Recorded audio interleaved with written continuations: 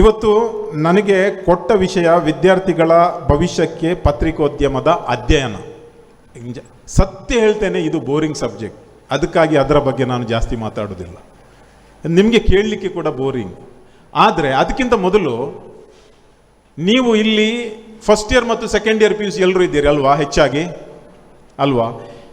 ಯಾರೆಲ್ಲ ನೀವು ನಿಮ್ಮ PUC ಆದ ನಂತರ ಜರ್ನಲಿಸಮ್ಗೆ ಹೋಗಬೇಕು, ಪತ್ರಿಕೋದ್ಯಮಕ್ಕೆ ಹೋಗಬೇಕು, ಮಾಸ್ ಕಮ್ಯುನಿಕೇಷನ್ಗೆ ಹೋಗಬೇಕು ಅಂತ ಯಾರೆಲ್ಲ ಈಗಲೇ ಡಿಸೈಡ್ ಮಾಡಿದ್ದೀರಿ ದಯಮಾಡಿ ಕೈ ಎತ್ತಿ.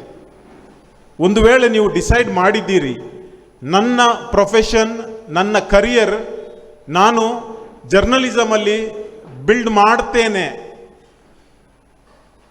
ಯಾರು ಕೂಡ ಡಿಸೈಡ್ ಮಾಡಲಿಲ್ಲ ಅಲ್ವಾ? ಇಲ್ವಲ್ಲ? ಸೊ ಹಾಗಾಗಿ ಪತ್ರಿಕೋದ್ಯಮದ ಬಗ್ಗೆ ನಾನು ಹೆಚ್ಚು ಮಾತಾಡಿದರೆ ಅದು ಡೆಫಿನೆಟ್ಲಿ ನಿಮ್ಮ ಇಂಟ್ರೆಸ್ಟಿಗೆ ಬರುವಂಥದ್ದಲ್ಲ. ಈಗಾಗಲೇ ಈ ಕಾರ್ಯಕ್ರಮದಲ್ಲಿ ತುಂಬ ಜನರು ಪತ್ರಿಕಾ ದಿನಾಚರಣೆ ಪತ್ರಿಕೆಯ ಬಗ್ಗೆ ಮಾಹಿತಿ ನೀಡಿದ್ದಾರೆ, ಅದನ್ನು ನೀವು ಕೇಳಿದ್ದೀರಿ. ಅದಕ್ಕಾಗಿ ಆ ಸಬ್ಜೆಕ್ಟಲ್ಲಿ ನಾನು ಹೆಚ್ಚು ಮಾತಾಡಲಿಕ್ಕೆ ಹೋಗುವುದಿಲ್ಲ. ಆದರೆ ನಾನು ಇವತ್ತು ಮುಂದಿನ ಕೆಲವು ನಿಮಿಷದ ಕಾಲ ನಿಮ್ಮಲ್ಲಿ ಯಾವುದೇ ಥಿಯರಿ, ಎಲ್ಲಿಯ ಪುಸ್ತಕ ಓದಿ ಇನ್ನೇನೋ ಮಾಡಿ ಬಾಯ್ ಹಾಟ್ ಮಾಡಿ ನಿಮಗೆ ಮಾತಾಡಲಿಕ್ಕೆ ಬಂದಿಲ್ಲ. ನಾನು ನನ್ನ ಲೈಫ್ನ ಅನುಭವ, ಕೆಲವೊಂದು ಅನುಭವಗಳು ನಿಮ್ಮ ಹತ್ರ ಶೇರ್ ಮಾಡ್ತೇನೆ ಮತ್ತು ನಿಮಗೆ ಗ್ಯಾರಂಟಿ ನೀಡ್ತೇನೆ. ನನ್ನ ಮಾತುಗಳನ್ನು ಒಂದು ವೇಳೆ ನೀವು ಸರಿಯಾಗಿ ಮನಸ್ಸು ಕೊಟ್ಟು ಕೇಳಿ ಅದನ್ನು ಪಾಲಿಸಿದರೆ ನಿಮ್ಮ ಲೈಫಲ್ಲಿ ನೀವು 100% ಅಲ್ಲ 99% ಗ್ಯಾರಂಟಿ ಸಕ್ಸಸ್ ಆಗ್ತೀರಾ. ಯಾಕೆಂದರೆ ಅಷ್ಟು ಧೈರ್ಯದಿಂದ ನಾನು ಹೇಳ್ತೇನೆ. ಈ ಹಿಂದೆ ನಾನು ದಕ್ಷಿಣ ಕನ್ನಡದ ಉಡುಪಿಯ ಬೇರೆ ಬೇರೆ ಕಾಲೇಜ್ಗಳಿಗೆ ಹೋಗಿದ್ದೇನೆ, PU ಕಾಲೇಜ್ಗಳಿಗೆ ಹೋಗಿದ್ದೇನೆ. ಮಕ್ಕಳ ಹತ್ರ ಇಂಟರ್ಯಾಕ್ಟ್ ಮಾಡಿದ ನಂತರ ಅದೆಷ್ಟೋ ಸ್ಟೂಡೆಂಟ್ಸ್ ನನಗೆ ಇನ್ಸ್ಟಾಗ್ರಾಮಲ್ಲಿ ಪರ್ಸನಲ್ ಮೆಸೇಜ್ ಆಗಿ, ಸರ್ ನಿಮ್ಮ ಈ ಮಾತಿನಿಂದ ನಾನು ಇನ್ಸ್ಪೈರ್ ಆಗಿದ್ದೇನೆ, ಲೈಫಲ್ಲಿ ಏನಾದರೂ ನನಗೆ ಅಚೀವ್ ಮಾಡಬೇಕು, ನನ್ನ ಹತ್ರ ಈ ಒಂದು ಲಿಮಿಟೇಷನ್ ಇತ್ತು, ನಾನು ಚೇಂಜ್ ಆಗಬೇಕು ಅಂತ ಒಂದಲ್ಲ ಎರಡಲ್ಲ ನೂರಾರು ವಿದ್ಯಾರ್ಥಿಗಳು ನನಗೆ ಕಾಂಟ್ಯಾಕ್ಟ್ ಮಾಡಿ ಹೇಳಿದ್ದಾರೆ. ಆ ಧೈರ್ಯದಿಂದ ನಿಮಗೆ ಹೇಳ್ತೇನೆ, ನಾನು ಹೇಳುವ ವಿಷಯದಲ್ಲಿ ಡೆಫಿನೆಟ್ಲಿ ನೀವು ನಿಮ್ಮ ಲೈಫಲ್ಲಿ ಏನಾದರೂ ಒಂದು ಸಾಧನೆ ಮಾಡಬೇಕು ಅಂತ ಹಠ ಇದ್ದರೆ 100% ನಾನು ಹೇಳಲ್ಲ. ಯಾಕಂದರೆ ನಾನು ಕೂಡ ಒಬ್ಬ ಹ್ಯೂಮನ್ ಬೀಯಿಂಗ್, ಏನಾದರೂ ಹೆಚ್ಚು ಕಮ್ಮಿ ಇರಬಹುದು, ಆದರೆ 99% ನಾನು ಗ್ಯಾರಂಟಿ ಕೊಡ್ತೇನೆ. ಫಸ್ಟ್ ಆಫ್ ಆಲ್ ನಾನು ನಿಮ್ಮೊಂದಿಗೆ ಒಂದು ಇನ್ಸಿಡೆಂಟ್ ಶೇರ್ ಮಾಡ್ತೇನೆ. ಸುಮಾರು 2 ವರ್ಷಗಳ ಹಿಂದೆ ಬೆಂಗಳೂರಲ್ಲಿ ಒಂದು ಕಾಲೇಜ್, ಆ ಕಾಲೇಜಿಗೆ ನನ್ನನ್ನು ಗೆಸ್ಟ್ ಆಗಿ ಕರೆದಿದ್ರು. ಬೆಂಗಳೂರಲ್ಲಿ ಅಲ್ಲಿ ಕೆಲಸ ಮಾಡುವಂತಹ ಪ್ರಿನ್ಸಿಪಲ್ ನನ್ನ ಪರಿಚಯದವರು, ನೀವು ಬರಬೇಕು ಅಂತ. ನಾನು ಆ ಕಾರ್ಯಕ್ರಮಕ್ಕೆ ಹೋಗಿ ವೇದಿಕೆಯಲ್ಲಿ ಕುಳಿತಾಗ ಬಹಳ ಖುಷಿಯಾದ ವಿಚಾರ ಎಂದರೆ, ಆ ಕಾರ್ಯಕ್ರಮದಲ್ಲಿ ಕೀ ನೋಟ್ ಸ್ಪೀಕರ್ ಆಗಿ, ಅಂದರೆ ಮಕ್ಕಳು ಮತ್ತು ಪೇರೆಂಟ್ಸ್ ಇಬ್ಬರು ಇದ್ರು, ಅಲ್ಲಿ ಮಕ್ಕಳು ಇದ್ರು, ಪೇರೆಂಟ್ಸ್ ಇದ್ರು, ಇಬ್ಬರು ಇದ್ರು. ಅವರಿಗೆ ಅಡ್ರೆಸ್ ಮಾಡಲಿಕ್ಕೆ ದಿವ್ಯಾ ವಿಕಾಸ್ ಕೀರ್ತಿ IAS ಆಫೀಸರ್ ಬಂದಿದ್ರು. ನಿಮ್ಮಲ್ಲಿ ಎಷ್ಟು ಜನರು ದಿವ್ಯಾ ವಿಕಾಸ್ ಕೀರ್ತಿಯ ಹೆಸರು ಕೇಳಿದ್ದೀರಿ? ಯಾರಾದರೂ ಇದ್ದಲ್ಲಿ ಕೈ ಮೇಲೆ ಹಾಕಿ, ಇಲ್ಲದಿದ್ರೆ ಪರವಾಗಿಲ್ಲ, ಯಾರು ಕೇಳಲಿಲ್ಲ. ಓಕೆ, ದಿವ್ಯಾ ವಿಕಾಸ್ ಕೀರ್ತಿ ವೆರಿ ಎನರ್ಜೆಟಿಕ್. ಫಸ್ಟ್ ಅಟೆಂಪ್ಟ್ ಅಲ್ಲಿ IAS ಎಕ್ಸಾಮ್ ಅನ್ನ ಕ್ಲಿಯರ್ ಮಾಡಿದವರು, ಫಸ್ಟ್ ಅಟೆಂಪ್ಟ್ ಅಲ್ಲಿ. ಓಕೆ, ಸೊ ಅವರು ಆ ದಿವಸ ಕೀನೋಟ್ ಸ್ಪೀಕರ್. ಅವರು ಮಾತನ್ನು ಆರಂಭ ಮಾಡುವ ಮುಂಚೆ ಸ್ಟೂಡೆಂಟ್ಸ್ಗೆ ಮತ್ತು ಪೇರೆಂಟ್ಸ್ಗೆ ಒಂದು ವಿಷಯವನ್ನು ಹೇಳಿದರು, ನನ್ನ ಮನಸ್ಸಿಗೆ ಖುಷಿಯಾದ ವಿಷಯ.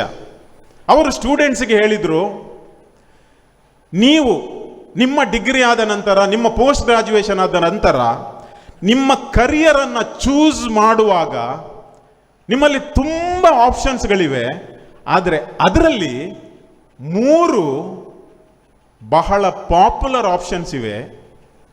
ನಂಬರ್ 1 ಅವರು ಹೇಳಿದ್ದು, ನಂಬರ್ 1 ತುಂಬ ಹಣ ಮಾಡಬೇಕಾದ್ರೆ ಏನು ಮಾಡಬೇಕು ಅಂತ ಕೇಳಿದರು ಅಲ್ವಾ. ನಮ್ಗೆಲ್ರಿಗೂ ಹಣ ಮಾಡುವ ಆಸೆ ಇಲ್ವಾ? ಡಿಗ್ರಿ ಆದ ನಂತರ ಕೆಲಸಕ್ಕೆ ಜಾಯಿನ್ ಆಗಿ ತುಂಬ ಹಣ ಮಾಡಬೇಕಾದ್ರೆ ಏನು ಮಾಡಬೇಕು ಅಂತ ಪ್ರಶ್ನೆ ಕೇಳಿದರು. ಆವಾಗ ಪೋಖ್ರಿ ಹುಡುಗ ಒಬ್ಬ ಎದ್ದು ಕೇಳಿದ್ದ, ಸರ್ ಲಾಟ್ರಿ ತೆಗಿಬೇಕು ಅಂತ ಹೇಳಿದ. ಬಾರಿ ಈಸಿ ಅಲ್ವಾ? ಲಾಟ್ರಿ ತೆಗೆದ್ರೆ ಕೆಲವರಿಗೆ ಸಿಗ್ತದೆ, ಕೆಲವರಿಗೆ ಹೋಗಿದ್ದು ಗೊತ್ತೇ ಆಗೋದಿಲ್ಲ ಅಲ್ಲ. ಯಾರಿಗೆಲ್ಲ ತುಂಬ ಹಣ ಮಾಡಲಿಕ್ಕೆ ಬೇಕಿದ್ರೆ ನೀವು ಡಿಗ್ರಿ ಆದ ನಂತರ ಸ್ವಲ್ಪ ಸಮಯ ಕೆಲಸ ಮಾಡಿ, you think about doing your own business. ಯಾರ ಅಂಡರ್ ಕೂಡ ನೀವು ಕೆಲಸ ಮಾಡುವ ಅಗತ್ಯ ಇಲ್ಲ. ನೀವು ಬಿಸ್ನೆಸ್ನ ಒಂದು ಕಲೆಯನ್ನು ಕಲಿಯಿರಿ, ಬಿಸ್ನೆಸ್ ಮಾಡಿ. ಯಾಕೆಂದರೆ ಬಿಸ್ನೆಸ್ಸಲ್ಲಿ ಇನ್ಕಮ್ ಕೆಲವೊಮ್ಮೆ ಅನ್ಲಿಮಿಟೆಡ್. ತುಂಬ ಜನ ಲಾಸ್ ಆಗ್ತಾರೆ. ನಾವು ನೆಗೆಟಿವ್ ಮಾತಾಡೋದು ಬೇಡ, ಓಕೆ? ಏನೆಂದರೆ ಜಾಸ್ತಿ ಹಣ ಮಾಡಬೇಕಾದ್ರೆ ಬಿಸ್ನೆಸ್ ಮಾಡಬೇಕು. ಅಂದರೆ ಸಪೋಸ್ ನಾವು ಎಲ್ಲಿಯಾದರೂ ಜಾಬ್ ಮಾಡ್ತಾ ಇದ್ದರೆ ನಮಗೆ ಒಂದಿಷ್ಟು ಸಂಬಳ ಸಿಗ್ತದೆ, ಪ್ರತಿ ತಿಂಗಳು ಅಷ್ಟೇ ಸಂಬಳ ಸಿಗುವುದಲ್ವಾ? ಮತ್ತೆ ಒಂದು ವರ್ಷ ನಾವು ಇಂಕ್ರಿಮೆಂಟ್ಗೆ ವೆಯ್ಟ್ ಮಾಡಬೇಕು. ಸೊ ಅವರು ಹೇಳಿದರು, ತುಂಬ ಹಣ ಮಾಡಬೇಕಿದ್ರೆ ಬಿಸ್ನೆಸ್ಸನ್ನು ಚೂಸ್ ಮಾಡಿ ಅಂತ. ನೀವು ಈ ಮಾತನ್ನು ನೆನಪಲ್ಲಿಡಿ. ನೀವು ಕೂಡ ನಿಮ್ಮಲ್ಲಿ ತುಂಬ ಜನರು ಡೆಫಿನೆಟ್ಲಿ ಒಂದು ಒಳ್ಳೆಯ ಬಿಸ್ನೆಸ್ ಮ್ಯಾನ್ ಆಗಲೂಬಹುದು, ತುಂಬ ಹಣ ಮಾಡಲೂಬಹುದು, ತುಂಬ ಡೊನೇಷನ್ ಕೊಡಲೂಬಹುದು, ಮತ್ತು ನೀವು ಕಲಿತ ಶಾಲೆಯನ್ನು ಇನ್ನಷ್ಟು ಇಂಪ್ರೂವ್ ಮಾಡಲೂಬಹುದು. ಪಾಸಿಬಲ್. ಅದಾದ ನಂತರ ಸೆಕೆಂಡ್ ಆಪ್ಷನ್ ಹೇಳಿದರು, ನೀವು ನಿಮ್ಮ ಲೈಫಲ್ಲಿ ಪವರ್ಫುಲ್ ಆಗಬೇಕಾದ್ರೆ ಏನು ಮಾಡಬೇಕು? ನಿಮ್ಮ ಲೈಫಲ್ಲಿ ನೀವು ಪವರ್ಫುಲ್ ಆಗಬೇಕಾದ್ರೆ ಏನು ಮಾಡಬೇಕು ಅಂತ ಕೇಳಿದರು. ಆವಾಗ ಒಬ್ಬ ಸ್ಟೂಡೆಂಟ್ ಹೇಳಿದ, ಸರ್ ನಾನು ಕುಸ್ತಿ ಕಲಿಬೇಕು, ರಸ್ಲಿಂಗ್ ಕಲಿಬೇಕು, ನಾವು ಪವರ್ಫುಲ್ ಆಗ್ತೇವೆ. ನೋ. ಯಾರಾದರೂ ಹೇಳ್ಬಹುದಾ ನನಗೆ? ನಮ್ಮ ಲೈಫಲ್ಲಿ ನಾವು ಪವರ್ಫುಲ್ ಆಗಬೇಕಿದ್ರೆ ಏನಾಗಬೇಕು? ಸಿಂಪಲ್ ಮೈ ಡಿಯರ್ ಸ್ಟೂಡೆಂಟ್ಸ್, ನಿಮ್ಮಿಂದ ಎಲ್ಲರಿಂದಲೂ ಇದು ಸಾಧ್ಯ ಇದೆ. ಎಲ್ಲರಿಂದಲೂ, each one of you here, ಪ್ರತಿಯೊಬ್ಬರಿಂದಲೂ ಇದು ಸಾಧ್ಯ ಇದೆ. ಅದೇನೆಂದ್ರೆ ಗವರ್ಮೆಂಟ್ ಜಾಬ್ ಚೂಸ್ ಮಾಡಬೇಕು.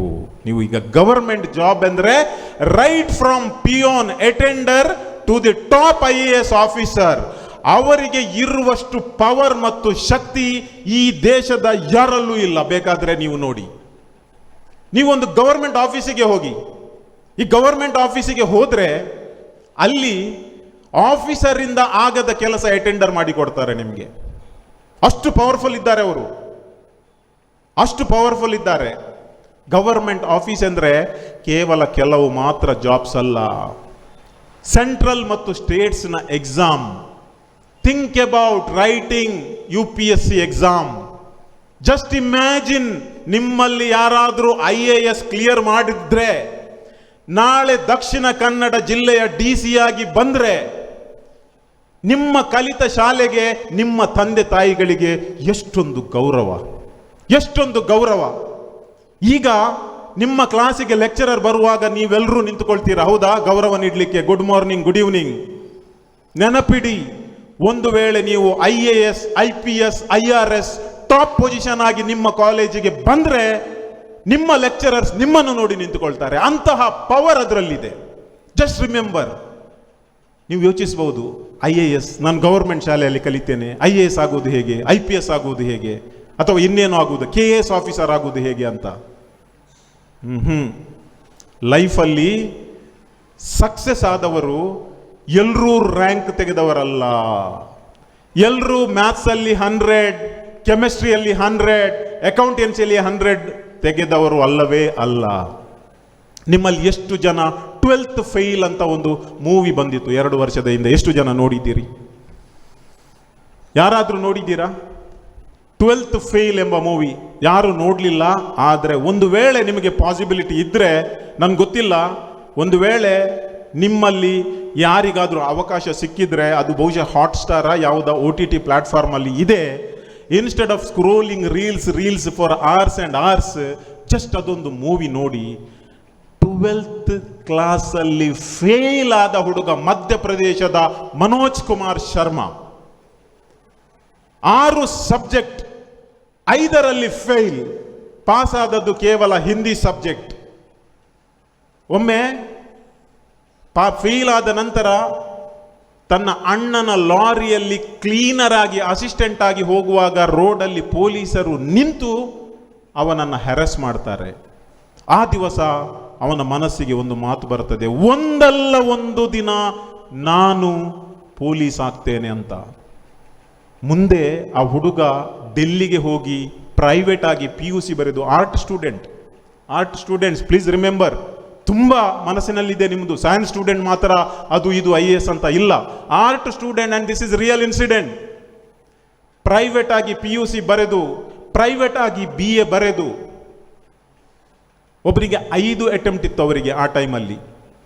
First attempt preliminary exam fail, second attempt preliminary pass,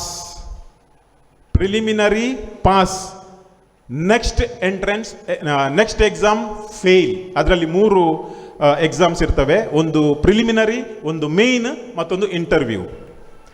third year preliminary pass, main entrance exam easy ಇತ್ತು, ಆದರೆ ಮೇನ್ ಎಂಟ್ರೆನ್ಸ್ ಎಕ್ಸಾಮಲ್ಲಿ ಫೇಲ್. ಹೇಗೆ ಫೇಲ್ ಗೊತ್ತಾ? ಅವರಿಗೆ ಒಂದು ಕ್ವೆಶ್ಚನ್ ಬಂದಿತ್ತು, right on essay about tourism ಅಂತ. ಇವ ಬರೆದದ್ದು ಟೂರಿಸಮ್ ಬರೆಯುವ ಬದಲು ಇವ ಟೆರರಿಸಮ್ನ ಬಗ್ಗೆ ಬರೆದು ಬಿಟ್ಟಿದ್ದಾನೆ. By mistake. ನೀವು ಕೂಡ ಹಾಗೆ ಆಗ್ತೀರಿ ಕೆಲವೊಮ್ಮೆ. Fail. Fourth attempt preliminary fail. ಮತ್ತೆ ಉಳಿದದ್ದು ಒಂದೇ ಒಂದು ಎಕ್ಸಾಮ್, ಒಂದೇ ಒಂದು ವರ್ಷ. Preliminary pass, main pass. ಇಂಟರ್ವ್ಯೂಗೆ ಹೋಗುವಾಗ ಕೈಕಾಲು ನಡುಕ, ಯಾಕೆಂದರೆ ಮತ್ತೆ ಚಾನ್ಸ್ ಇಲ್ಲ, ಪೊಲೀಸ್ ಆಫೀಸರ್ ಆಗಲೇಬೇಕು. ಇಂಟರ್ವ್ಯೂ ಆಯಿತು. ರಿಸಲ್ಟ್ ಬರುವ ದಿನ ಇವನಿಗೆ ಹೋಗಲಿಕ್ಕೆ ಹೆದರಿಕೆ, ಯಾಕೆಂದರೆ ಇಂಟರ್ವ್ಯೂ ಅಲ್ಲಿ ಒಳ್ಳೇದು ಮಾಡಲಿಲ್ಲ. ಇವ ಏನು ಮಾಡಿದ, ಇವನದು ಗರ್ಲ್ ಫ್ರೆಂಡ್ ಇದ್ಲು, ಗರ್ಲ್ ಫ್ರೆಂಡನ್ನು ಕಳಿಸಿ ನೋಡಿ ಬಾ ಅಂತ. ಹತ್ತಿರ ಹೋಗುವಾಗ ಅಲ್ಲಿ ಒಬ್ಬ ಸೆಕ್ಯೂರಿಟಿ ಇದ್ದ, ಸೆಕ್ಯೂರಿಟಿ ಅವರನ್ನು ದೂರ ಮಾಡಿದ. ಅಂದರೆ ಅಲ್ಲಿ ಫೇಲ್ ಆಗೋದು ಜಾಸ್ತಿ IAS ಅಲ್ಲಿ. ಕೆಲವು 1200 ಪರ್ ಇಯರ್ ಪಾಸ್ ಆಗ್ತಾರೆ, ಕಲಿತರೆ ಆಗ್ತಾರೆ.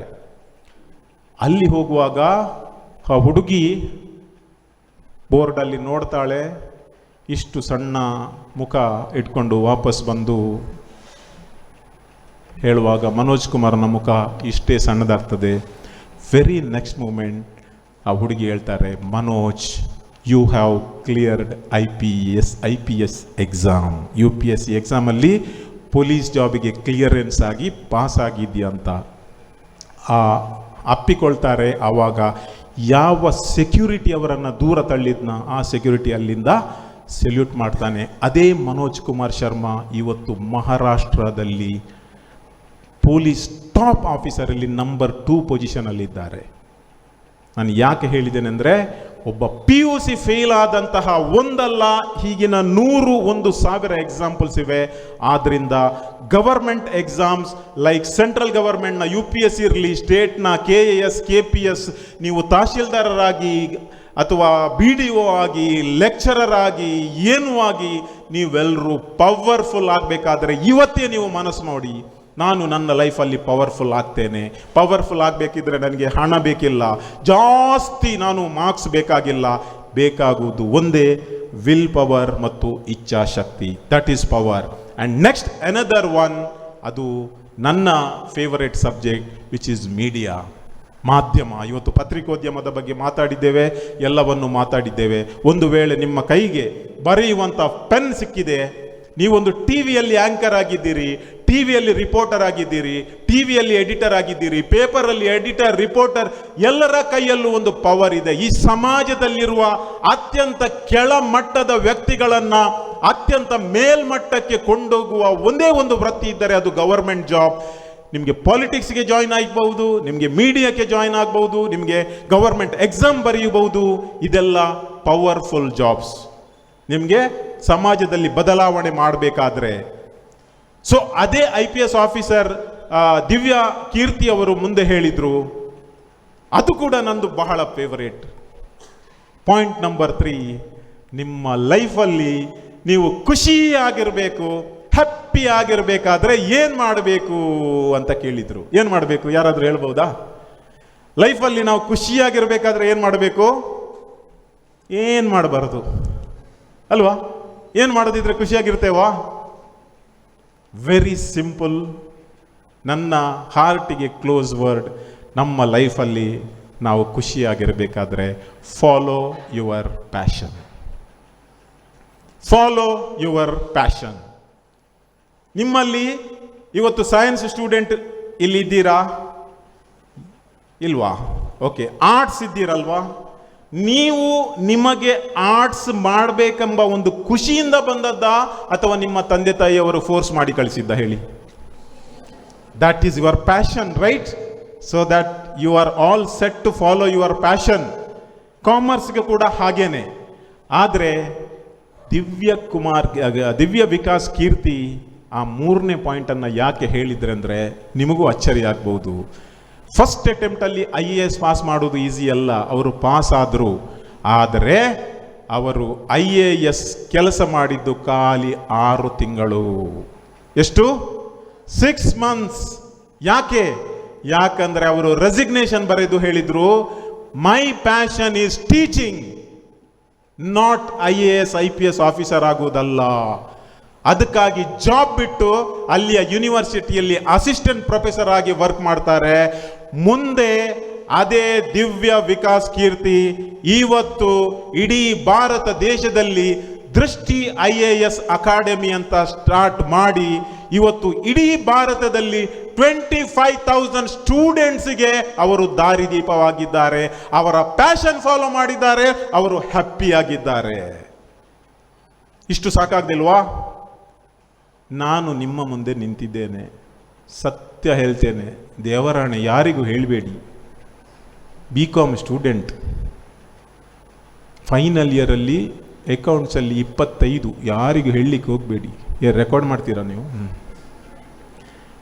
25 ಫೇಲ್. ಪಾಸಾಗಲಿಕ್ಕೆ 30 ಸಿಗಬೇಕು. Mangalore university, Saint Mary's college, Shirva. ಅಕ್ಟೋಬರಲ್ಲಿ ಒಂದು ಸಪ್ಲಿಮೆಂಟರಿ ಎಕ್ಸಾಮ್ ಇತ್ತು. ನಾನು ಮೆಲ್ಲ ಹೋದೆ, ಯಾರಿಗೆ ಗೊತ್ತಾಗಬಾರ್ದು, ನಾಚಿಗೆ ಫೇಲ್ ಆದೆ ಅಂತ. Hall ticket, supplementary hall ticket ಇಟ್ಕೊಂಡು ಹೊರ ಬರುವಾಗ ಲೆಕ್ಚರರ್, ನಮ್ಮದು ಗಣೇಶ್ ಭಟ್ ಅಂತ ಅಕೌಂಟೆನ್ಸಿ, 25 ಇಲ್ಲಿ ಬಾರ, ಎಲ್ಲಿ ಓಡ್ತೀಯ ಅಂತ ಹೇಳಿದರು. ಅವ್ರಿಗೆ ಮಾರ್ಕ್ ಗೊತ್ತಾಯಿತು. ಎಲ್ಲ ಹೋದೆ. 25 ಸಿಕ್ಕಿದೆ ಅಲ್ವಾ? ಈ ಅಕ್ಟೋಬರಲ್ಲಿ ಸಪ್ಲಿಮೆಂಟ್ರಿ ಎಕ್ಸಾಮ್ ಯಾಕೆ ಇಟ್ಟಿದ್ದಾರೆ ಗೊತ್ತಾ? ಯೂನಿವರ್ಸಿಟಿಯವರು ಕೇಳಿದರು. ಇಲ್ಲ ಸರ್, ನಿನ್ನಂಥವರಿಗೆ, ಫೇಲ್ ಆದವರಿಗೆ ಪಾಸ್ ಆಗಲಿಕ್ಕೆ ಅಂತ ಹೇಳಿದರು. ಅಲ್ಲಿಂದ ಆ ಎಕ್ಸಾಮಲ್ಲಿ ಓದಿದೆ. ದೇವರ ದಯೆಯಿಂದ ಅದರಲ್ಲಿ ಸಿಕ್ಕಿದ್ದು 30 ಬೀಡಿಗಳು. 30 ಮಾರ್ಕ್ಸ್ ಸಿಕ್ಕಿತು. 30 ಮಾರ್ಕ್ಸ್ ಸಿಕ್ಕಿತು. ನಾನು ಸತ್ಯ ಹೇಳ್ತೇನೆ, ಆ ನನ್ನ ಕಾಲೇಜಿನ ಸರ್ಟಿಫಿಕೇಟ್ ಎಲ್ಲಿದೆ, ಆ ನಾನು ಕಲಿತಿದ್ದ BCom ಎಲ್ಲಿದೆ ಅಂತ ನನಗೆ ಇವತ್ತು ಕೂಡ ಗೊತ್ತಿಲ್ಲ.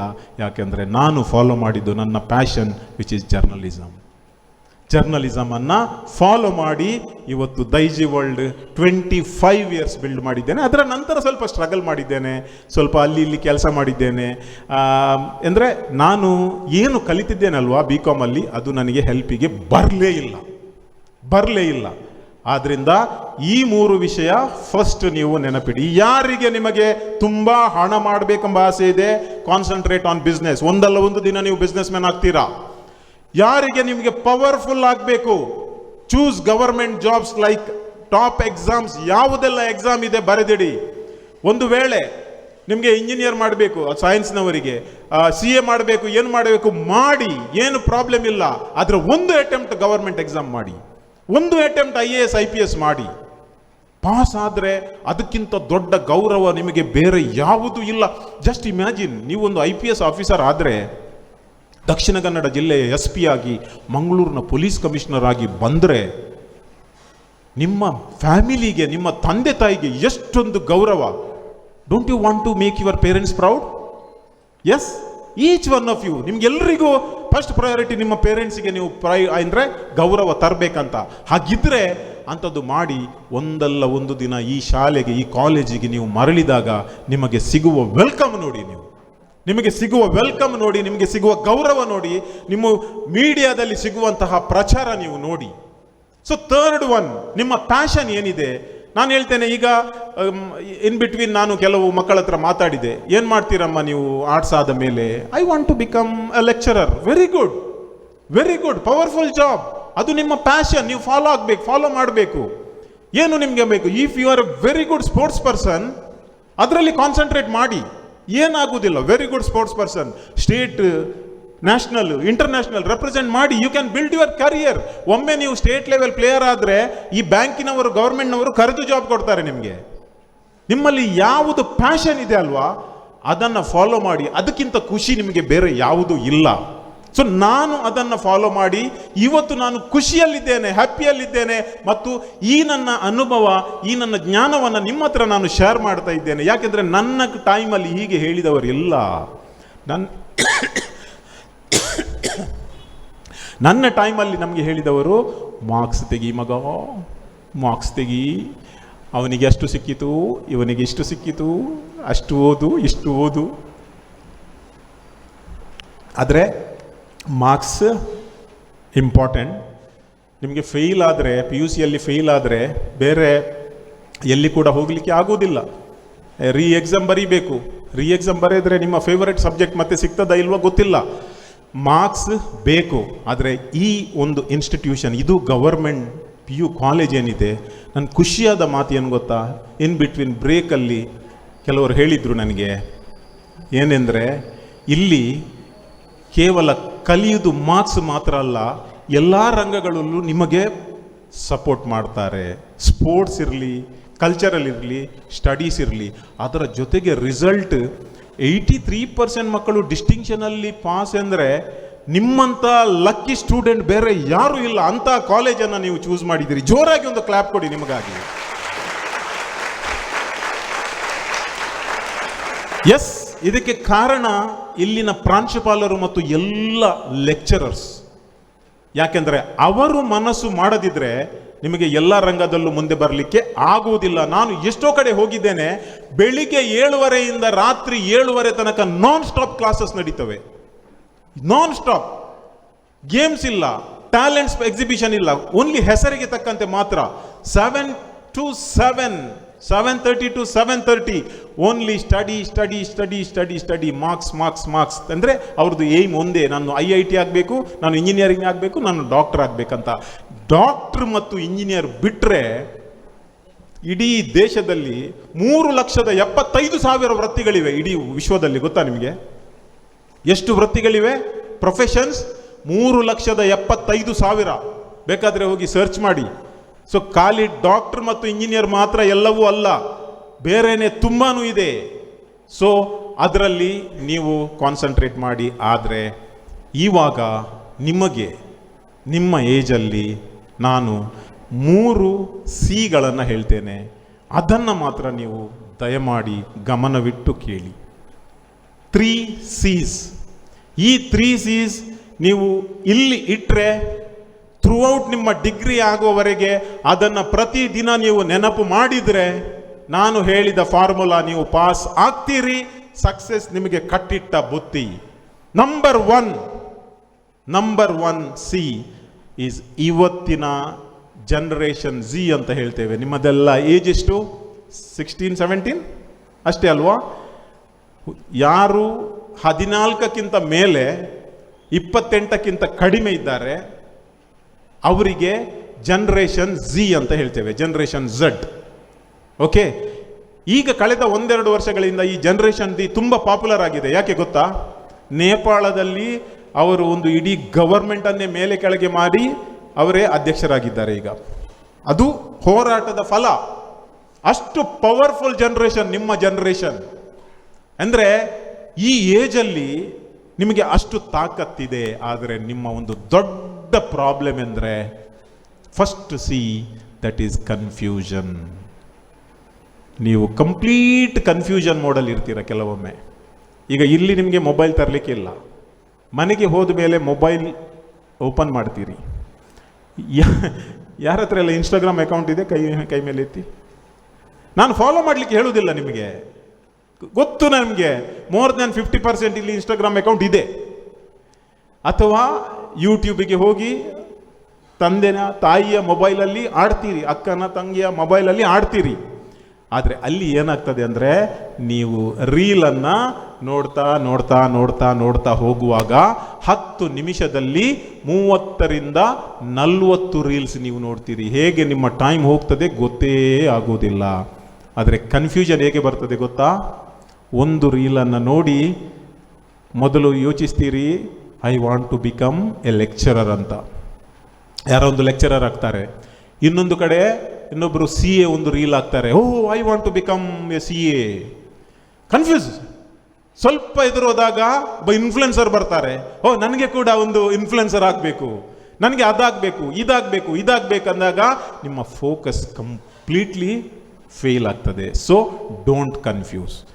ಒಂದು ಫೋಕಸ್ ಇರಲಿ. ಫಸ್ಟ್ ಇಯರ್ನಿಂದ ಸೆಕೆಂಡ್ ಇಯರ್ನಿಂದ ನಾನು ನನ್ನ ಲೈಫಲ್ಲಿ ಏನಾಗಬೇಕು, ನಂದು ಪ್ಯಾಷನ್ ಏನು, ನನ್ನಿಂದ ಇದು ಮಾಡಲಿಕ್ಕೆ ಸಾಧ್ಯವಿದೆ ಅಂತ ಒಂದು ನೀವು ಏಮ್ ಇಟ್ಟರೆ ಅಲ್ಲಿಂದ ಫೋಕಸನ್ನು ಬಿಡಬೇಡಿ. ಯಾರೇ ಹೇಳಿ ಏನೇ ಆಗಲಿ ನಿಮ್ಮ ಫೋಕಸ್ನಿಂದ ನೀವು ಹೊರಗೆ ಹೋಗಬೇಡಿ. So don't be confused. First C ಅನ್ನು ನೆನಪಿಡಿ, ಕನ್ಫ್ಯೂಷನ್. ಏನು? First C confusion, and second C ಇದಕ್ಕೆ ನೀವು ಕೂಡ ಕಾರಣ, ನಿಮ್ಮ ಪೇರೆಂಟ್ಸ್ ಕೂಡ ಕಾರಣ. ಯಾಕೆಂದರೆ ಇದಕ್ಕೆ ನಾನು ಕೂಡ ಒಂದು ಎಕ್ಸಾಂಪಲ್, ಅನುಭವ. The second C is comparison. ತುಂಬ ಸಲ ನಿಮಗೆ ನಿಮ್ಮ ಪೇರೆಂಟ್ಸ್, ನಿಮ್ಮ ಅಕ್ಕ ಅಥವಾ ತಂಗಿ ಅಥವಾ ನೇಬರ್ ಹತ್ರ ಕಂಪೇರ್ ಮಾಡ್ತಾರಲ್ವಾ? ಕಂಪೇರ್ ಮಾಡ್ತಾರೆ. ನಾನಿರುವಾಗ ಕಂಪೇರ್ ಮಾಡಿದ್ದು ಹೇಗೆ ಗೊತ್ತಾ? 10ನೇ ಕ್ಲಾಸಿನಲ್ಲಿ ಮಧ್ಯಾವಧಿ ಪರೀಕ್ಷೆ ಬಂತು. ಮಧ್ಯಾವಧಿ ಪರೀಕ್ಷೆ ಬಂದಾಗ ನಾನು 6 ಸಬ್ಜೆಕ್ಟ್ ಇತ್ತು, 3ರಲ್ಲಿ ಫೇಲ್ ಆಗ್ತಿದ್ದೆ. ನನ್ನ ತಾಯಿ ನನಗೆ ಹೇಳುವುದು, ಅವರು ಒಳ್ಳೆದಕ್ಕೆ ಹೇಳುದು, ನಿಮ್ಮ ತಾಯಿ ಕೂಡ ಒಳ್ಳೆದಕ್ಕೆ ಹೇಳುದು, ಯಾರು ವಿಲ್ಲನಲ್ಲ. ನನ್ನ ತಾಯಿ ಹೇಳುವುದು, ಆ ನೇಬರ್ನೊಬ್ಬರು ಹುಡುಗಿದ್ಲು ಲವಿನಾ ಅಂತ, ಅವರು ಕ್ಲಾಸಲ್ಲಿ ಫಸ್ಟ್. ಅವರು ಹೇಳುವುದು, ಅದು ಲವಿನಾ ನೋಡು ಎಷ್ಟು ಒಳ್ಳೆಯದು, ಅವಳನ್ನು ನೋಡಿ ಕಲಿ ಎಷ್ಟು ಚೆಂದಾಗಿ, ಫಸ್ಟ್ ಕ್ಲಾಸ್ ಫಸ್ಟ್ ಅವಳನ್ನು ನೋಡಿ ಕಲಿ ಅಂತ. ನನಗೆ ಏನು ಮಾಡೋದು? ಮಿಡ್ ಟರ್ಮ್ ಆಯಿತು, ನೆಕ್ಸ್ಟ್ ಎಕ್ಸಾಮ್ ಬಂತು. ದೇವರ ದಯಿಂದ ನಾನು 3ರಲ್ಲಿ ಫೇಲ್ ಆಗ್ತಿದ್ದೆ, ಮತ್ತೆ 6ರಲ್ಲಿ ಫೇಲ್. ತಾಯಿ ಬಂದರು, ನಿನಗೆ ಹೇಳಿದ್ದಲ್ವ ಕತ್ತೆ ಭಾಷೆ ಇಲ್ಲದ ಪ್ರಾಣಿ, ನಿನಗೆ ಹೇಳಿದಲ್ಲ ಲವಿನನ್ನ ನೋಡಿ ಕಲಿ ಅಂತ. ಅಮ್ಮ, ನಾನು ಅವಳನ್ನೇ ನೋಡಿ ಕಲಿತದ್ದು, ಅವಳು ತುಂಬ ಚಂದ ಆಗಿದ್ದಾಳೆ, ನನಗೆ ಕಲೀಲಿಕ್ಕೆ ಮನಸ್ಸು ಬರಲಿಲ್ಲ, ನಾನು ಫೇಲ್ ಆದೆ ಅಂತ ಹೇಳಿದೆ. ಮತ್ತೆ ಏನು ಮಾಡೋದು? ಕಂಪೇರ್ ಮಾಡಿ ಅವರನ್ನು ನೋಡಿ ಕಲೀರಿ ಅಂತ ಹೇಳಿದರೆ, ಕೆಲವೊಮ್ಮೆ ನಮ್ಮ ಪೇರೆಂಟ್ಸ್ ನಮಗೆ ಕಂಪೇರ್ ಮಾಡ್ತಾರೆ, ಕೆಲವೊಮ್ಮೆ ನಾವು ನಮಗೆ ಅಂಡರ್ ಎಸ್ಟಿಮೇಟ್ ಮಾಡ್ತೇವೆ. ಇನ್ನೊಬ್ಬರನ್ನ ನೋಡಿ, ಓ ಅವಳದು ಲೈಫ್ ಸ್ಟೈಲ್ ಹಾಗೆ, ಅವರು ಒಂದು ಇನ್ಸ್ಟಾಗ್ರಾಮಲ್ಲಿ 4 ಫೋಟೋ ಹಾಕ್ತಾರೆ, ಜಮ್ಮು ಕಾಶ್ಮೀರಕ್ಕೇನ ಈ ಕೇರಳಕ್ಕೆ ಹೋಗಿ ಫೋಟೋ ಆದಮೇಲೆ ನಾವು ಯಾವಾಗ ಹೋಗಿ, ನಮಗೆ ಹಾಗೆ ಆಗುವುದಿಲ್ಲ. ಕಂಪೇರ್ ಮಾಡ್ತೇವೆ ನಾವು. ಯಾವತ್ತೂ ಕೂಡ ಲೈಫಲ್ಲಿ ಒಂದು ನೆನಪಿಡಿ, ಕ್ಲಾಸಲ್ಲಿ ಇರಲಿ ಎಲ್ಲಿರಲಿ, ನಿಮ್ಮನ್ನು ಅಂಡರ್ ಎಸ್ಟಿಮೇಟ್ ಮಾಡಲಿಕ್ಕೆ ಹೋಗಬೇಡಿ ಪ್ಲೀಸ್. ನಾನು ಹೇಳ್ತೇನೆ, ಅಂಡರ್ ಎಸ್ಟಿಮೇಟ್ ಮಾಡಲಿಕ್ಕೆ ಹೋಗಬೇಡಿ. ಯಾಕೆಂದರೆ ನಾಳೆ ನೀವು ಏನಾಗ್ತೀರಂತ ಈಗ ನೀವು ಊಹೆ ಮಾಡಲಿಕ್ಕೆ ಕೂಡ ಚಾನ್ಸ್ ಇಲ್ಲ.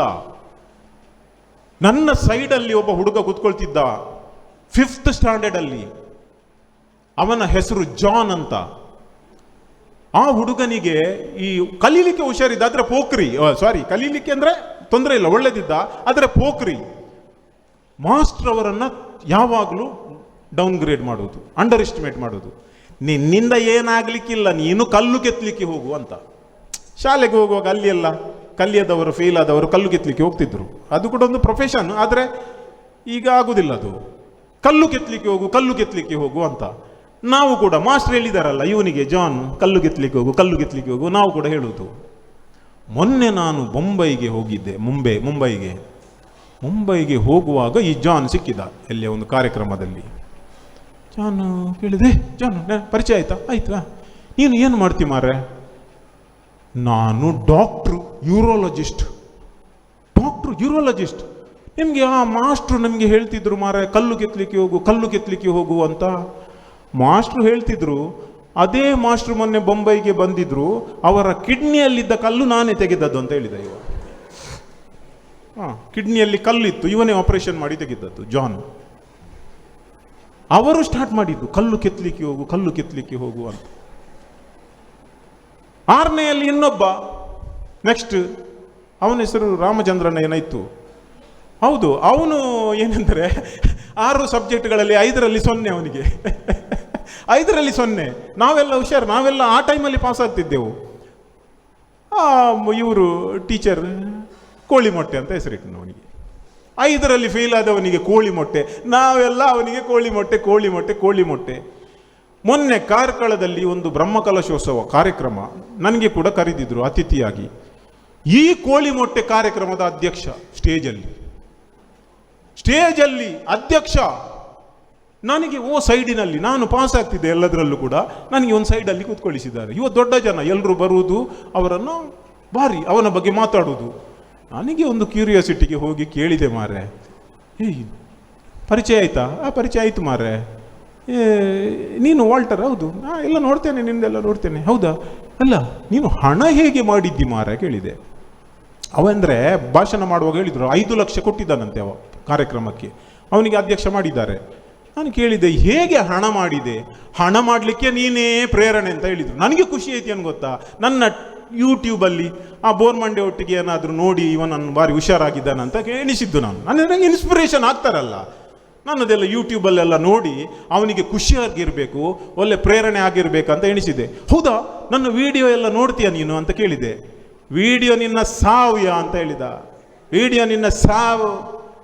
ನೀವು ನಾನು ಕ್ಲಾಸಲ್ಲಿ ಇರುವಾಗ ನನಗೆಲ್ಲ ಹೇಳ್ತಿದ್ರಲ್ಲ ಕೋಳಿ ಮೊಟ್ಟೆ ಅಂತ. ಈಗ ಹೈದರಾಬಾದಲ್ಲಿ ನಾನು ನಂಬರ್ 1 ಕೋಳಿ ಮೊಟ್ಟೆ ಸಪ್ಲೈಯರ್.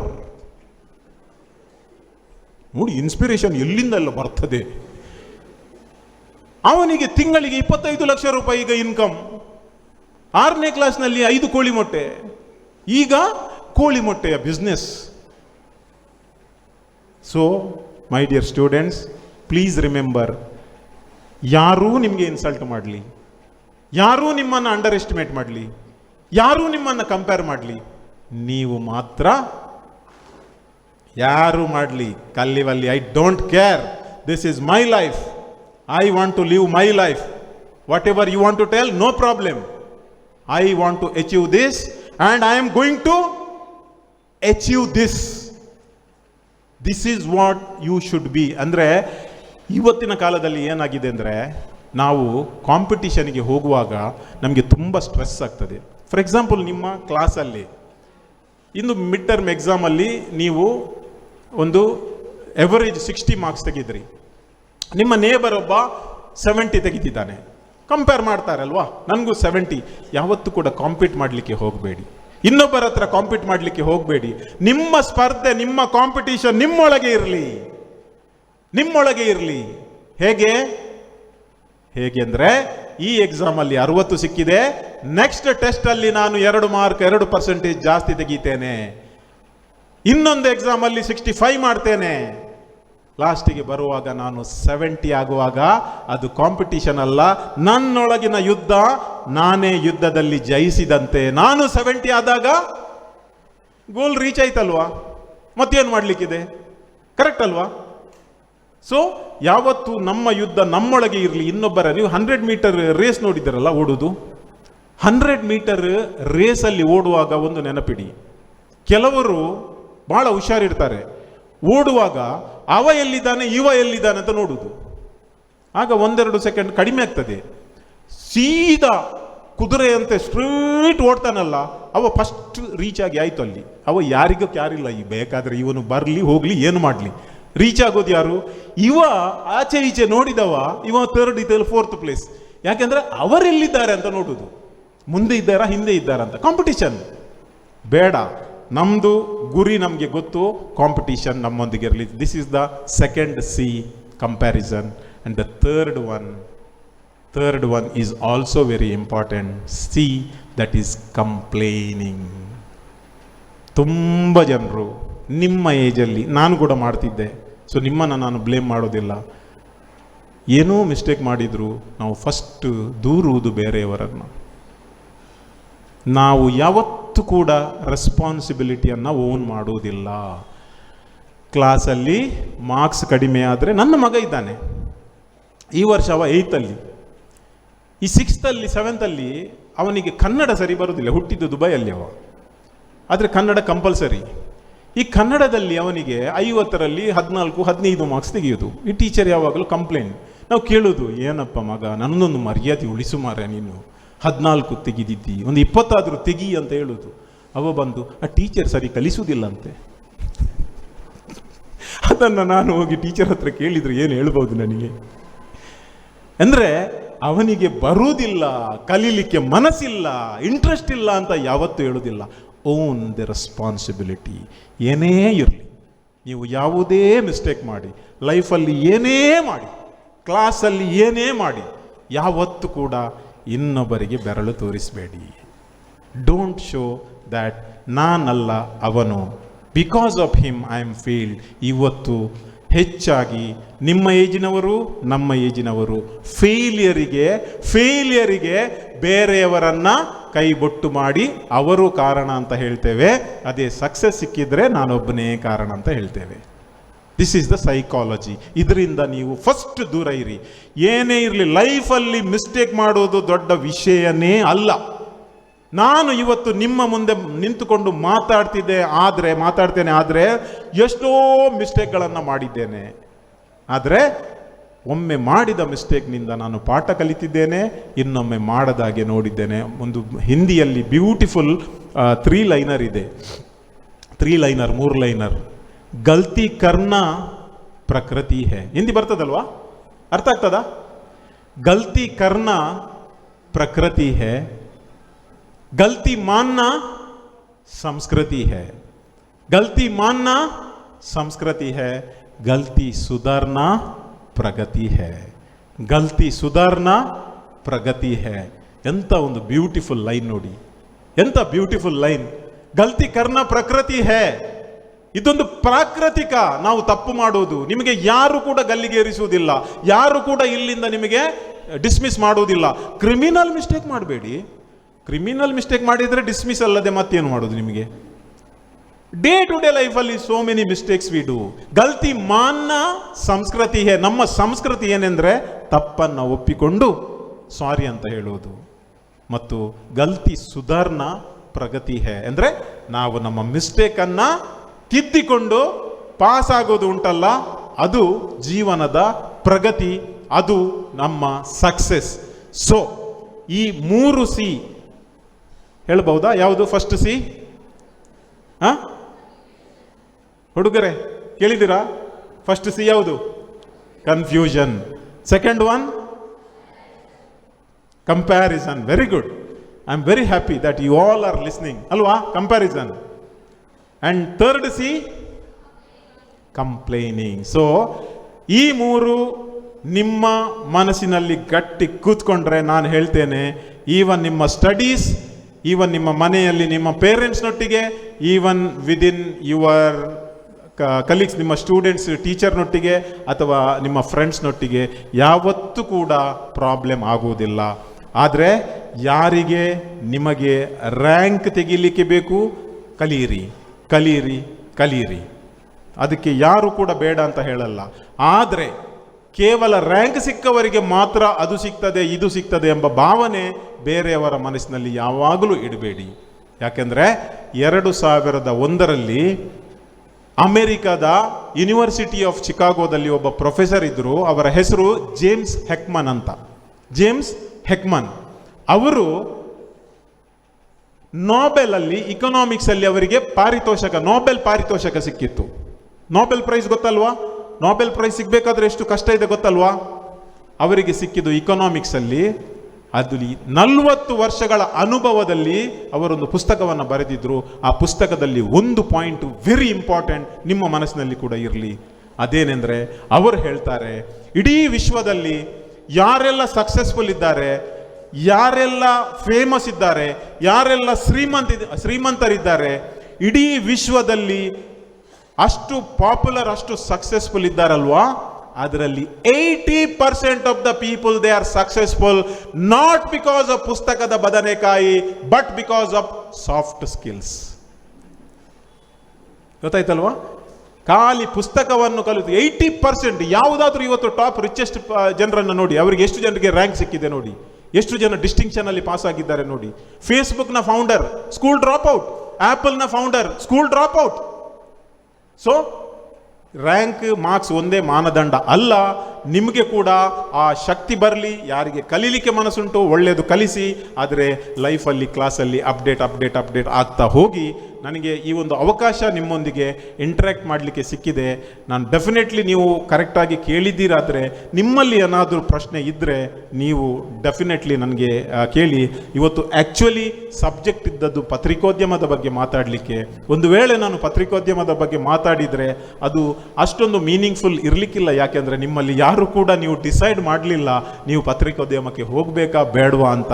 ಆದರೆ ಪತ್ರಿಕೋದ್ಯಮ ಕೂಡ ಒಂದು ಪವರ್ಫುಲ್ ಜಾಬ್. ನಾನು ಹೇಳಿದೆಲ್ಲ, option number 2 most powerful jobs ಅಲ್ಲಿ ಮೀಡಿಯಾ ಕೂಡ ಇದೆ, ಗವರ್ಮೆಂಟ್ ಜಾಬ್ ಇದೆ, ಪಾಲಿಟಿಕ್ಸು ಇದೆ, ಮತ್ತು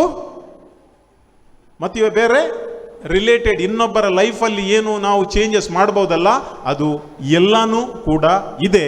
ಸೊ ನಿಮಗೆ ನಾನು ಇಷ್ಟೇ ಹೇಳ್ತೇನೆ, these 2 years are very important, 11th and 12th. ಆದಷ್ಟು ನೀವು ಕಾನ್ಸಂಟ್ರೇಟ್ ನಿಮ್ಮ ಸ್ಟಡೀಸ್ ಜೊತೆಗೆ ನಿಮ್ಮ ಎಕ್ಸ್ಟ್ರಾ ಕರಿಕ್ಯುಲರ್ ಆಕ್ಟಿವಿಟೀಸ್ ಏನಿದೆ ಅದರಲ್ಲಿರಲಿ. ನಿಮ್ಮ ಪ್ಯಾಷನನ್ನು ನೀವು ಫಾಲೋ ಮಾಡಿ. ಯಾವತ್ತೂ ಕೂಡ ಲೈಫಲ್ಲಿ ಎಲ್ಲಿ ಕೂಡ ನಿರಾಸೆಯಾಗಬೇಡಿ. ಲೈಫ್ ನಮಗೆ ಒಂದು ಸಿಕ್ಕಿದೆ. ಲೈಫಲ್ಲಿ ಫೇಲಿಯರ್ ಬರ್ತದೆ ಅಂದರೆ ಮನೆಯಲ್ಲಿ ನಾಳೆ ಹೋಗಿ ಮೊಬೈಲ್ ಕೇಳುವಾಗ ಅಮ್ಮನಿಗೆ ಮೊಬೈಲ್ ಕೊಡಲಿಕ್ಕೆ ಆಗೋದಿಲ್ಲ, ಅಪ್ಪನಿಗೆ ಮೊಬೈಲ್ ಕೊಡಲಿಕ್ಕೆ ಆಗೋದಿಲ್ಲ ಅಂತ ಮನೆ ಬಿಟ್ಟು ಹೋಗಬೇಡಿ. ಅದರ ಬದಲಿಗೆ ನೋಡಿ, ನಿಮ್ಮ ತಂದೆ ತಾಯಿಯವರಿಗೆ ನಿಜವಾಗಿ ನಿಮಗೆ ಮೊಬೈಲ್ ಕೊಡಲಿಕ್ಕೆ ಸಾಧ್ಯತೆ ಇದೆಯಾ ಇಲ್ವಾ ನೋಡಿ. ಒಂದು ವೇಳೆ ಇಲ್ಲದಿದ್ದರೆ ಅಮ್ಮನಿಗೆ ಹೇಳಿ, ಅಮ್ಮ ನಾನು ಡಿಗ್ರಿ ಆದ ನಂತರ ಕೆಲಸ ಮಾಡಿ ನನ್ನ ಹಣದಿಂದ ನಿನಗೆ ಒಳ್ಳೆಯ ಮೊಬೈಲನ್ನು ತಂದು ಕೊಡ್ತೇನೆ ಅಂತ ಹೇಳಿ. ಕೋಪ ಮಾಡಿ ಮನೆಯಿಂದ ಹೋಗುವುದು ಅಥವಾ ಇನ್ನೇನು ಮಾಡುವುದು, ಸಣ್ಣ ಕಾರಣಕ್ಕೆ ಮಾರ್ಕ್ಸ್ ಕಮ್ಮಿ ಆಗಿದೆ ಅಂತ ಇನ್ನೇನು ಆ್ಯಕ್ಷನ್ ತೆಗೆದುಕೊಳ್ಳುವುದು ಏನಿಲ್ಲ. ಯಾಕೆಂದರೆ ಲೈಫಲ್ಲಿ ಎಲ್ಲರೂ ಮಿಸ್ಟೇಕ್ ಮಾಡ್ತಾರೆ ಮತ್ತು ಅದನ್ನು ತಿದ್ದಿ ಮುಂದೆ ಹೋಗುವುದೇ ಲೈಫಿನ ಒಂದು ಉದ್ದೇಶವಿರಲಿ. ನೀವೆಲ್ಲರೂ ಇಲ್ಲಿ ನೋಡುವಾಗ ಎಲ್ಲರೂ ಚೆನ್ನಾಗಿ ಲಾಸ್ಟ್ ಅರ್ಧ ಗಂಟೆಗಿಂತಲೂ ಹೆಚ್ಚು ಎಲ್ಲವನ್ನ ಬಹಳ ಸಹನೆಯಿಂದ ಕೇಳಿದ್ದೀರಿ. ನಿಮ್ಮ ಕಾನ್ಸಂಟ್ರೇಷನ್ ಲೆವೆಲ್ 5 ನಿಮಿಷ ಈಗಿನ ಮಕ್ಕಳಿಗೆ ಹೀಗೆ ಕುತ್ಕೊಳ್ಳಿಸಲಿಕ್ಕೆ ಕಷ್ಟ. ಮಾತಾಡುವಾಗ ಅವರದೇ ಕೆಲಸ ಮಾಡ್ತಾರೆ. ಆದರೆ ನೀವೆಲ್ಲರೂ ಕೇಳಿದ್ದೀರಿ. ಇದರ ಅರ್ಥ ಏನೆಂದರೆ ನಿಮ್ಮಲ್ಲಿ ಒಂದು ಹಸಿವಿದೆ, ಜೀವನದಲ್ಲಿ ಏನಾದರೂ ಮಾಡಬೇಕೆಂದೊಂದು ಹಠ ಇದೆ, ನಿಮಗೆ ಒಂದು ಹಠ ಇದೆ. ಆ ಹಠವನ್ನು ಇನ್ನಷ್ಟು ಗಟ್ಟಿ ಮಾಡಿಕೊಳ್ಳಿ. ಈ ಕಾಲೇಜಿನಲ್ಲಿ ಅಥವಾ ನೆಕ್ಸ್ಟ್ ಮುಂದೆ ನೀವು ಡಿಗ್ರಿ ಮಾಡುವಾಗ ಏನೆಲ್ಲ ಆಪರ್ಚುನಿಟಿ ಬರ್ತದೆ ಅದನ್ನು ತಗೊಳ್ಳಿ. ಪಾಠ ಕಲಿತದ್ದು ಅದರ ಜೊತೆಗೆ ಅಪ್ಗ್ರೇಡ್ ಮಾಡಿ. ಈಗ ಆರ್ಟಿಫಿಷಿಯಲ್ ಇಂಟೆಲಿಜೆನ್ಸ್ ಬಂದಿದೆ, ಅದೂ ಕಲಿಯಿರಿ. ಮತ್ತು ಮುಂದೆ ಒಂದಲ್ಲ ಒಂದು ದಿನ ನಿಮ್ಮ ಪ್ಯಾಷನನ್ನು ಫಾಲೋ ಮಾಡಿ, ನೀವು ಡೆಫಿನೆಟ್ಲಿ ಸಕ್ಸಸ್ಫುಲ್ ಆಗ್ತೀರಿ. Thank you very much. ಜೈ ಹಿಂದ್. Any questions please ask me. Thank you very much. ಜೈ Hind.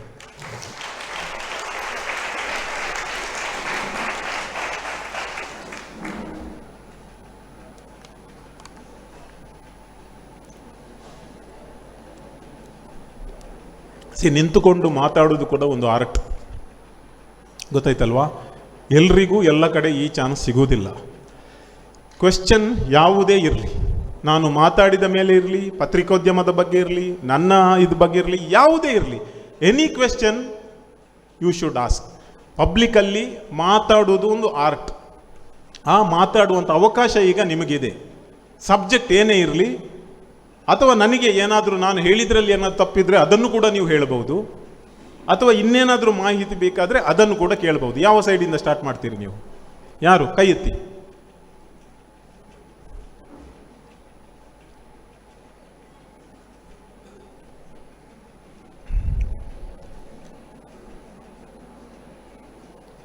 Very good. Give uh a big hand. First ಎದ್ದವರು ನೋಡಿ.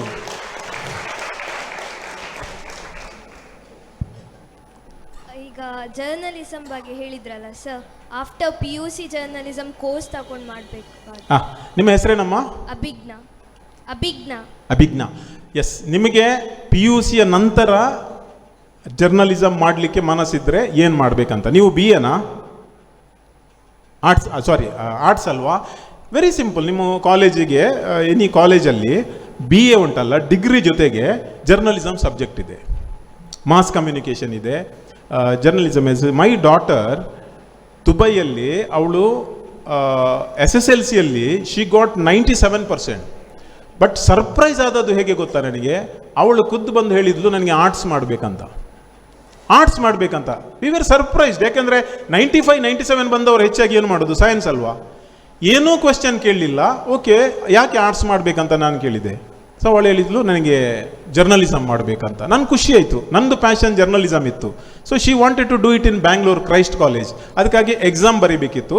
ಅದರಲ್ಲಿ ಡಿಗ್ರಿ 3 ವರ್ಷದ BAಯಲ್ಲಿ ಜರ್ನಲಿಸಮ್, ಸೈಕಾಲಜಿ ಮತ್ತು ಕಮ್ಯುನಿಕೇಷನ್ ಇತ್ತು, ಇಂಗ್ಲಿಷ್ ಮೇಜರ್ ಇತ್ತು. ಸೊ ಅದನ್ನು ಮಾಡಿದರು. ಸೊ ನಿಮಗೆ ಆರ್ಟ್ಸ್ ಆದ ಮೇಲೆ ಒಂದು ವೇಳೆ ಜರ್ನಲಿಸಮ್ನಲ್ಲಿ ಇಂಟ್ರೆಸ್ಟ್ ಇದೆ, ಡೆಡಿಕೇಟೆಡ್ ಕೋರ್ಸ್ ಇದೆ, ಕಮ್ಯುನಿಕೇಷನ್ ಬಗ್ಗೆನೂ ಇದೆ, ಜರ್ನಲಿಸಮ್ ಬಗ್ಗೆನೂ ಇದೆ. ಸೊ ಇನ್ನೂ ಕೂಡ ಬೇರೆ ಆಪ್ಷನ್ಸ್ ಇರಬಹುದು. ಕರಿಯರ್ ಗೈಡೆನ್ಸಲ್ಲಿ ಯಾರಿಗಾದರೂ ಇಂಟ್ರೆಸ್ಟ್ ಇರುವ ಬಗ್ಗೆ ಮಾತಾಡ್ಬೋದು. But you can definitely do, ನಿಮಗೆ ಆಪ್ಷನ್ ಇದೆ. Yes, thank you. Anyone else? Boys, ಅದಕ್ಕೆ ಹುಡುಗಿಯರ ಮೇಲುಗೈ PUCಯಲ್ಲಿ ಮತ್ತು SSLCಯಲ್ಲಿ ಅಲ್ವಾ? S, another clap.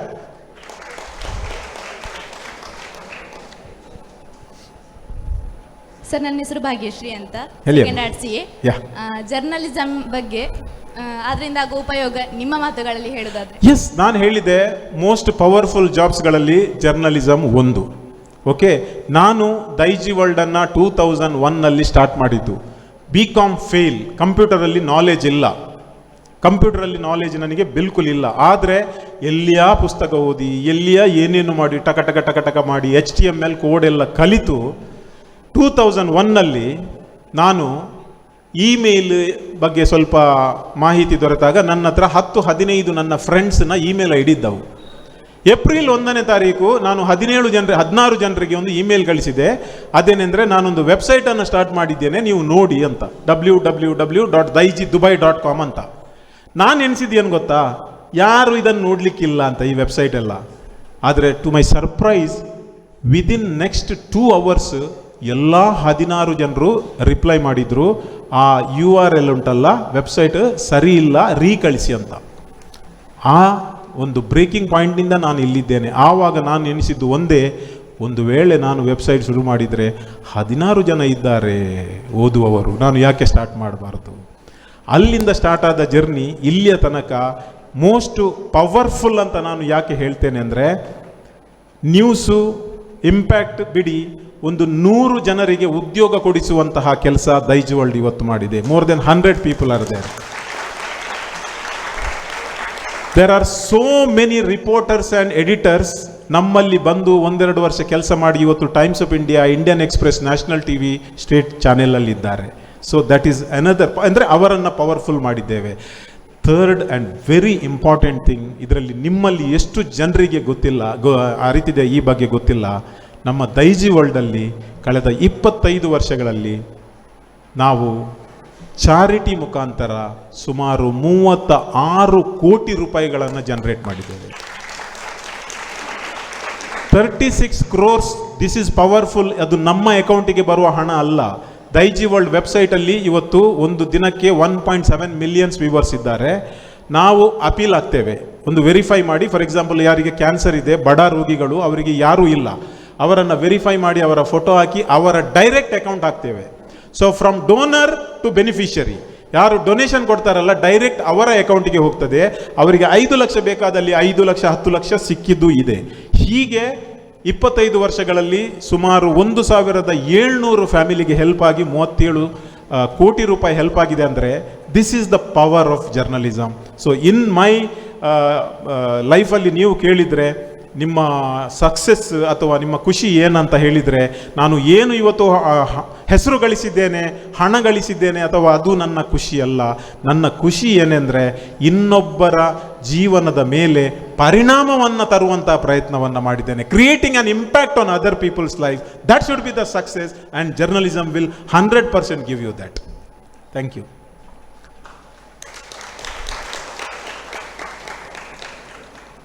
ಎಸ್, ಕೇನ್ಲೆ ಅಣ್ಣ ಅಲ್ಲ, ಪ್ರೈವೇಟ್ ಚಾನೆಲಿಂದ ಕೇಂದ್ರ ರೈತನೆಲ್ಲ ಕೇನ್ಲೆ ತೊಂದರೆ ಇಚ್ಚಿ.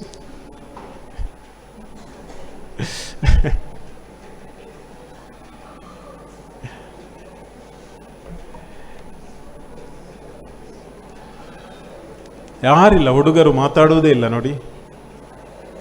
ಹ ಇಲ್ವಾ?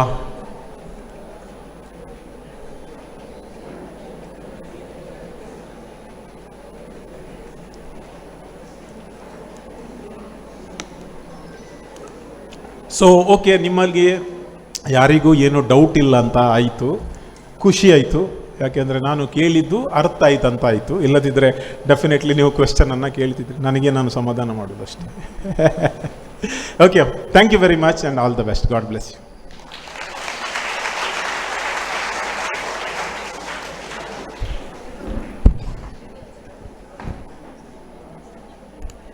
ಮತ್ತೊಮ್ಮೆ ಒಂದು ದೊಡ್ಡ ಚಪ್ಪಾಳೆ ನಿಮ್ಮಿಂದ ನಿರೀಕ್ಷೆ ಮಾಡ್ತೇವೆ ನಾವು.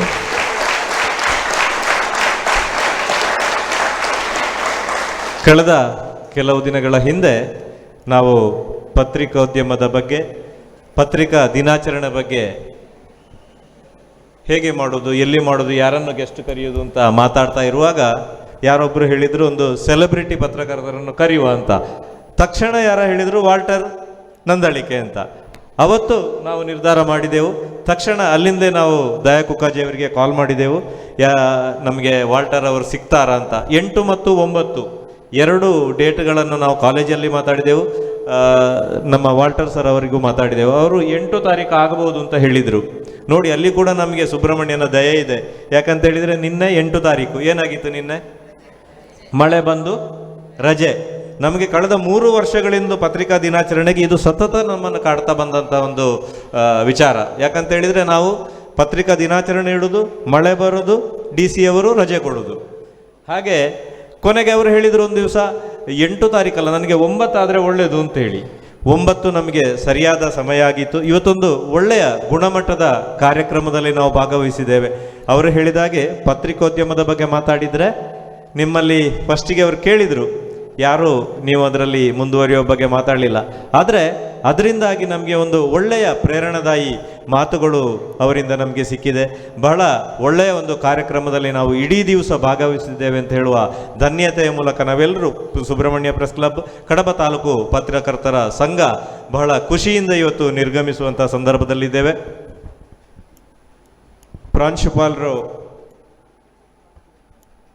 ಪ್ರಾಂಶುಪಾಲರು ಈಗ ಬರ್ತಾರೆ.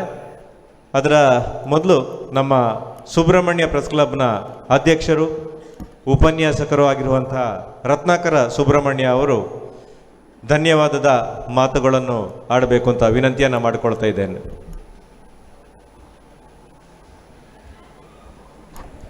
ಆತ್ಮೀಯ ಎಲ್ಲ ವಿದ್ಯಾರ್ಥಿ ಬಂಧುಗಳೇ, ಈ ಒಂದು ಬಹಳ ಉತ್ಕೃಷ್ಟವಾದಂತಹ ಒಂದು ಸಂವಾದ ನಡೆದಿದೆ ಅನ್ನುವಂಥದ್ದು ನಾನು ಕೂಡ ಇಷ್ಟು ಒಳ್ಳೆಯ ರೀತಿಯಲ್ಲಿ ನಡೀತದೆ ಅಂತ ತಿಳ್ಕೊಂಡಿರಲಿಲ್ಲ.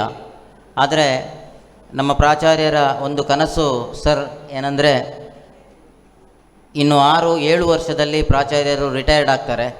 ಆ ರಿಟೈರ್ಡ್ ಆಗುವ ಮೊದಲು ನಮ್ಮ ವಿದ್ಯಾಸಂಸ್ಥೆಯಿಂದ ಒಬ್ಬರು IAS ಅಥವಾ IPS ವಿದ್ಯಾರ್ಥಿ, ಒಬ್ಬ IPS ಅಥವಾ IAS ವಿದ್ಯಾರ್ಥಿಗಳನ್ನು ತಯಾರು ಮಾಡಿ ಅವರದರಲ್ಲಿ ಎಕ್ಸಾಮಲ್ಲಿ ಬರೆದು ನನ್ನ ಸೀಟಿನ ಪಕ್ಕದಲ್ಲಿ ಅವರು ಬಂದು ಕೂತ್ಕೊಳ್ಬೇಕು ಅಂತೇಳಿ ಪ್ರಾಚಾರ್ಯರು ಹೇಳಿದ್ದನ್ನು ವಿದ್ಯಾರ್ಥಿಗಳಿಗೆ ಗೊತ್ತುಂಟು. ಅದೇ ವಿಚಾರವನ್ನು ಇಂದು ವಾಲ್ಟರ್ ಸರ್ ಹೇಳಿದ್ದಾರೆ. ಆದ್ದರಿಂದ 158 ಡಿಸ್ಟಿಂಕ್ಷನ್ ಪಡೆದಂಥ ವಿದ್ಯಾಸಂಸ್ಥೆಯಲ್ಲಿ 1-2 IAS ವಿದ್ಯಾರ್ಥಿಗಳು ಅಥವಾ IPS ವಿದ್ಯಾರ್ಥಿಗಳು ಆಗಲು ವಾಲ್ಟರ್ ಸರ್ ಅವರ ಒಂದು ಮಾತುಗಳು ಪ್ರೇರಣೆಯಾಗಲಿ ಅಂತೇಳಿ ಬಯಸುತ್ತಾ, ಈ ಒಂದು ಕಾರ್ಯಕ್ರಮವನ್ನು ಚಂದವಾಗಿ ನಡೆಸಿಕೊಟ್ಟಂತಹ ದೈಜ್ವಾಲ್ಡ್ ವಾಹಿನಿಯ ಮುಖ್ಯಸ್ಥರಾದಂತಹ ಮತ್ತು ಹಿರಿಯ ಪತ್ರಕರ್ತರಾದಂತಹ ಶ್ರೀಯುತ ವಾಲ್ಟರ್ ನಂದಳಿಕೆ ಸರ್, ತಮಗೆ ತುಂಬ ಹೃದಯದ ಧನ್ಯವಾದಗಳನ್ನು ಸಲ್ಲಿಸ್ತಾ ಇದ್ದೇನೆ. ಅಂತಿಮವಾಗಿ ವಿದ್ಯಾಸಂಸ್ಥೆಯ ವತಿಯಿಂದ ಪ್ರಾಚಾರ್ಯರು ನಮ್ಮನ್ನು ಎಲ್ಲ ಪ್ರೆಸ್ ಕ್ಲಬ್ನ ಅವರನ್ನು ಅಭಿನಂದಿಸಲಿದ್ದಾರೆ. ಅದೇ ರೀತಿ ಸರ್ ಅವರು, ಸರ್ ನಿಮ್ಮ ಕನಸನ್ನು ಏನುಂಟೋ ಅದು ಅವರಿಗೆ ನೀವು ಹೇಳಿರಲಿಕ್ಕಿಲ್ಲ, ಆದರೆ ತದೇಕ ಪ್ರಕಾರವಾಗಿ ವಾಲ್ಟರ್ ಸರ್ ಅವರು ವಿದ್ಯಾರ್ಥಿಗಳಿಗೆ ಹೇಳಿದ್ದಾರೆ. ಮತ್ತೊಮ್ಮೆ ಈ ಒಂದು ಮೈಕ್ ನಿಮಗಾಗಿ.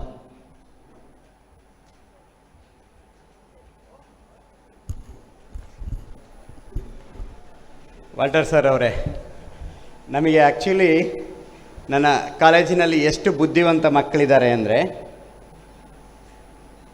ಈ ವರ್ಷ ಫಸ್ಟ್ PUC ಸೈನ್ಸಿಗೆ ಸೇರಿರುವಂಥ ವಿದ್ಯಾರ್ಥಿಗಳು ಎಲ್ಲ ಇರೋದು 90% ಮೇಲೆ. ಹಾರ್ಡ್ಲಿ ಒಂದು 10 ಜನ 90%ಗಿಂತ ಕೆಳಗಡೆ ಇದ್ದಾರೆ. ಕಂಪ್ಯೂಟರ್ ಸೈನ್ಸ್ನಲ್ಲಿರುವಂಥವರು ಒಂದು 60 ಜನ 85% ಮೇಲೆ ಇದ್ದಾರೆ. ಇನ್ನು 20 ಜನ ಮಾತ್ರ 85%ಗಿಂತ ಕೆಳಗಡೆ ಇದ್ದಾರೆ. ಆರ್ಟ್ಸಲ್ಲೂ ಕೂಡ ನಮ್ಮಲ್ಲಿ ತುಂಬ ಪ್ರತಿಭಾನ್ವಿತ ವಿದ್ಯಾರ್ಥಿಗಳಿದ್ದಾರೆ. ನನ್ನ ಒಂದೇ ಆಸೆ, ಈ ಎಲ್ಲ ಮಕ್ಕಳು ಏನು ಮಾಡ್ತಾರೆ ಅಂದರೆ PUCಯನ್ನು ಒಳ್ಳೆ ಮಾರ್ಕ್ ತೆಗಿತಾರೆ. ನಾನು ಆಗಲೇ ಹೇಳಿದಾಗೆ 83 ಜನ 83 ಮೆಂಬರ್ಸ್ ಔಟ್ ಆಫ್ 411 90% ತೆಗೆದಿದ್ದಾರೆ. ನನಗೆ ದುರಂತ ಅಂತ ಅಂದರೆ 90% ತೆಗೆದುಕೊಂಡಿರುವಂಥ ಮಗು ಈ ಸಮಾಜದಲ್ಲಿ ಏನಾದರೂ ಒಳ್ಳೇದು ಮಾಡಬೇಕಲ್ವಾ? ನಾನು ಯಾವಾಗಲೂ ಆಲೋಚನೆ ಮಾಡೋದು, ನಾನು ಕಳೆದ 23 ವರ್ಷಗಳಿಂದ ನಾನು ಪ್ರಯತ್ನ ಮಾಡ್ತಾ ಇದ್ದೀನಿ, ನಮ್ಮ ವಿದ್ಯಾರ್ಥಿಗಳಿಗೆ ಒಬ್ರಿಗಾದರೂ KAS ಮಾಡಿಸ್ಬೇಕು, ಒಬ್ರಿಗಾದರೂ IAS ಮಾಡಿಸ್ಬೇಕು ಅಂತ. ಪ್ರತಿದಿನ ನಾನು ಸಾಮಾನ್ಯವಾಗಿ 10 ಕ್ಲಾಸ್ಗಳಿದೆ, ಅದರಲ್ಲಿ ಮಿನಿಮಮ್ 5 ಕ್ಲಾಸಿಗೆ ಹೋಗ್ತೇನೆ. ಪ್ರತಿದಿನವೂ ಇದೇ ರೀತಿ ನೀವೇನು ಮಾತಾಡಿದ್ದೀರಿ ಈ ಮಾತುಗಳನ್ನೆಲ್ಲ ಆಡ್ತಾ ಇರ್ತೇನೆ. ಆದರೆ ನನಗೆ ಏನು ಗೊತ್ತಿಲ್ಲ, ಭಗವಂತ ಸುಬ್ರಹ್ಮಣ್ಯ ಇನ್ನೂ ಒಳ್ಳೆಯ ಆಶೀರ್ವಾದ ಮಾಡಲಿಲ್ವೇನೋ. ಯಾವ ವಿದ್ಯಾರ್ಥಿಗಳು ಕೂಡ ಇದ್ದಾರೆ ನಮ್ಮಲ್ಲಿ, ಈಗ RFO ಆಗಿರೋವಂಥವ್ರು ಇದ್ದಾರೆ, ಡಾಕ್ಟರ್ಸ್ ಆಗಿರೋರಂಥ ಇದ್ದಾರೆ, ಇಂಜಿನಿಯರ್ಸ್ ಇದ್ದಾರೆ, ತುಂಬ ಒಳ್ಳೆಯ ಇಂಜಿನಿಯರ್ಸ್ ಇದ್ದಾರೆ, 4-5 ಲಕ್ಷ ಸಂಬಳ ತಗೊಳ್ತಾ ಇರೋರು ತಿಂಗಳಿಗೆ ಇದ್ದಾರೆ, ನಾನು ಇಲ್ಲ ಅಂತ ಹೇಳ್ತಾ ಇಲ್ಲ. ಆದರೆ ನನಗೆ ಒಬ್ಬ ಆಡಳಿತಾಧಿಕಾರಿ ಬರಬೇಕು. ನಾನು ಯಾವಾಗಲೂ ಹೇಳ್ತೇನೆ, ನೀವು ಹೇಳಿದ ಮಾತು ಮತ್ತೆ ರಿಪೀಟ್ ಮಾಡ್ತೇನೆ, ಅವರು ಬಂದು ನಮಗೆ ಸಾಮಾನ್ಯವಾಗಿ ಅಸಿಸ್ಟೆಂಟ್ ಕಮಿಷನರ್ ಆದರೆ ಅಡ್ಮಿನಿಸ್ಟ್ರೇಟರ್ ಆಗಿ ಬರ್ತಾರೆ. ಅವರು ಬಂದಾಗ ನಾನು ಅವ್ರ ಎದುರುಗಡೆ ನಿಂತ್ಕೊಳ್ಬೇಕು ಅಂತ ನಾನು ಆಸೆ ಪಡ್ತೇನೆ. ಅಷ್ಟೇ ಅಲ್ಲ, ಅವ್ರು ಬಂದಾಗ ನನ್ನ ಕುರ್ಚಿಯನ್ನು ಬಿಟ್ಕೊಡ್ತೀವಿ ನಾವು. ನನ್ನ ವಿದ್ಯಾರ್ಥಿಗೆ ಬಿಟ್ಕೊಡ್ಬೇಕು ಅಂತ ನನಗೆ ಆಸೆ ಇದೆ. ಅಷ್ಟು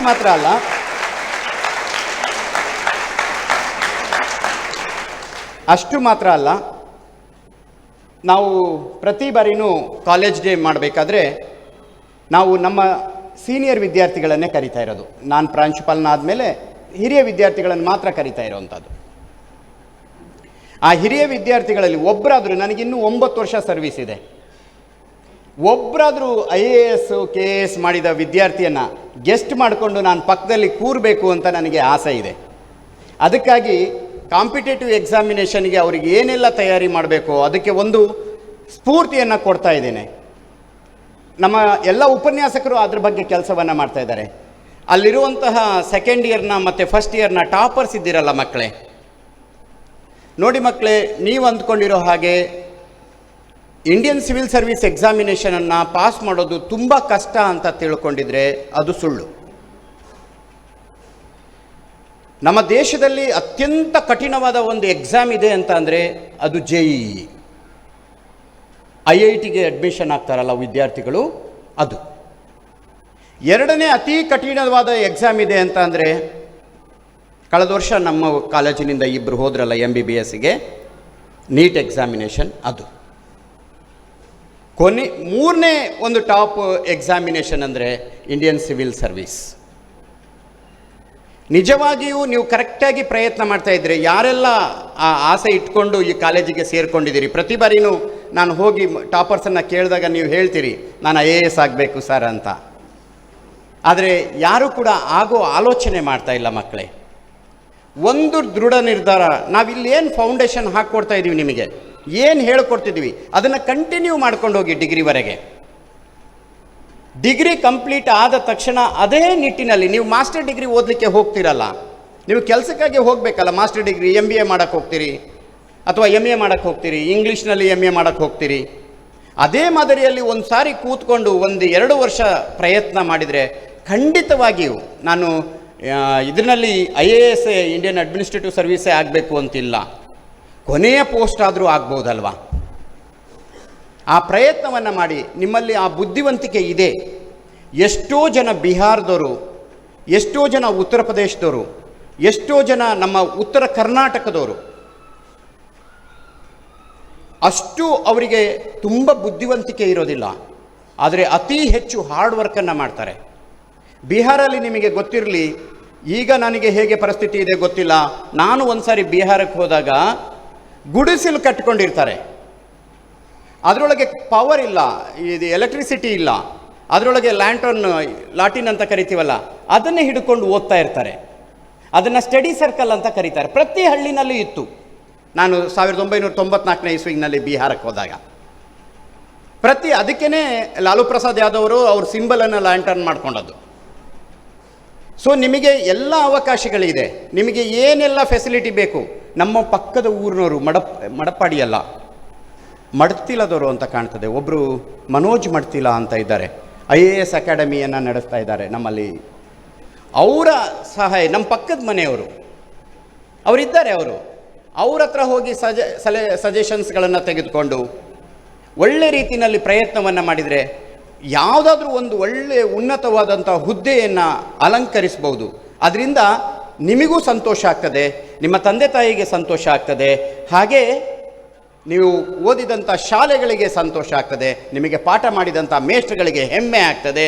ನನ್ನ ವಿದ್ಯಾರ್ಥಿ ಒಬ್ಬ KAS ಅಧಿಕಾರಿ, ನನ್ನ ವಿದ್ಯಾರ್ಥಿ ಒಬ್ಬ IAS ಅಧಿಕಾರಿ ಅನ್ನುವಂತಹದ್ದು ಖುಷಿ ಆಗ್ತದೆ. ಆ ದಿನಗಳನ್ನು ಖಂಡಿತವಾಗಿ ನೀವೆಲ್ಲರೂ ಸಾಕಾರ ಮಾಡ್ತೀರಾ ಅಂತ ತಿಳ್ಕೊಂಡು ನನಗೆ ಭಾಳ ಖುಷಿ ಆಯಿತು. ನಾನು ನಿಮ್ಮ ಹತ್ರ ಮಾತಾಡಿರಲಿಲ್ಲ, ನೀವು ಯಾವುದ್ರ ಬಗ್ಗೆ ಮಾತಾಡ್ತೀರಿ ಅನ್ನೋದು ನನಗೆ ಗೊತ್ತಾಗ್ತಿರಲಿಲ್ಲ. ನೀವು ಇದ್ರ ಬಗ್ಗೆ ಮಾತಾಡ್ತಿದ್ದೀರಿ ಅಂದರೆ ನಾನು ಇದನ್ನೊಂದು ಸ್ವಲ್ಪ ಹೆಚ್ಚು ಹೇಳ್ತಿದ್ದೆ ನಿಮಗೆ, ಆಯಿತಾ? ತುಂಬ ಒಳ್ಳೆಯದಾಗಿ ಸರ್ ಮಾತಾಡಿದ್ದಾರೆ. ನಾನು ಇದಕ್ಕೆ ಏನು ಕಡಬ ತಾಲೂಕು ಪತ್ರಕರ್ತರ ಸಂಘ ಏನಿದೆ ಅದಕ್ಕೆ ಆಭಾರಿಯಾಗಿದ್ದೇನೆ. ಇಲ್ಲಿ ಈ ಕಾರ್ಯಕ್ರಮವನ್ನು ಆಯೋಜನೆ ಮಾಡಿದಂತಹ ಪ್ರತಿಯೊಬ್ಬರಿಗೂ ಕೂಡ, ತಾಲೂಕು ಸಂಘದ ಅಧ್ಯಕ್ಷರಿಗೆ, ಪದಾಧಿಕಾರಿಗಳಿಗೆ, ಸುಬ್ರಹ್ಮಣ್ಯ ಪತ್ರಿಕಾ ಸಂಘದ ಅಧ್ಯಕ್ಷರಿಗೆ, ಪದಾಧಿಕಾರಿಗಳಿಗೆ, ಹಾಗೆ ಸರ್ವ ಸದಸ್ಯರಿಗೆ, ಹಾಗೆ ನಮ್ಮ ಜೊತೆ ಕೈ ಜೋಡಿಸ್ಕೊಂಡಂಥ ಊರಿನ ಎಲ್ಲ ಮಹನೀಯರಿಗೆ, ಹಾಗೆ ಎಲ್ಲ ವಿದ್ಯಾರ್ಥಿಗಳಿಗೆ, ಮಹೇಶು ಮತ್ತು ನಮ್ಮ ಉಪನ್ಯಾಸಕರಿಗೆ ಎಲ್ಲರಿಗೂ ಒಂದೇ ಮಾತಿನಲ್ಲಿ ಧನ್ಯವಾದವನ್ನು ಹೇಳ್ತಾ ಈ ಕಾರ್ಯಕ್ರಮವನ್ನು ಪೂರ್ಣಗೊಳಿಸ್ತಾ ಇದ್ದೇವೆ. ಧನ್ಯವಾದಗಳು.